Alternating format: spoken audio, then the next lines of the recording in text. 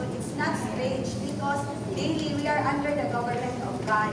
These certain persecutions and sufferings day mga igsoon is with a positive purpose day mga igsoon. That is for the purification of our lives.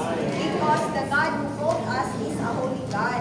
Muna kapag na iyang gitawag in all our manner of life, yan pang gusto nga mo sa talaga nga holy. Muna nga every time ikaw nga nakay buhaton na di maayo, God has His way to discipline us. Na ang grace day ko nung na sa atong ubangan, pero wala lang daw nato i-take up. Nga naman daw ang isa kaigsuon, sayang na siya suffering, nag-gain niya ang Ginoo, pero na po isa kaigsuon na nag-suffer na, pero wala din niya nag-gain ang Ginoo, kaya wala niya i-take up ang grace. Nga ang saan daw nato makailata nga, take up nato, i-take up nato ang grasya ng mga Ginoo mismo. Kinahanglan day tao pulong mga igsuon. Kung wala kayo doon sa pulong, dili ta ka-enjoy sa grasya. Muna, we need grace upon grace in all our situations. Sa 1 Peter, it deals about the government of God. Pero ang 2 Peter, it deals about the supply.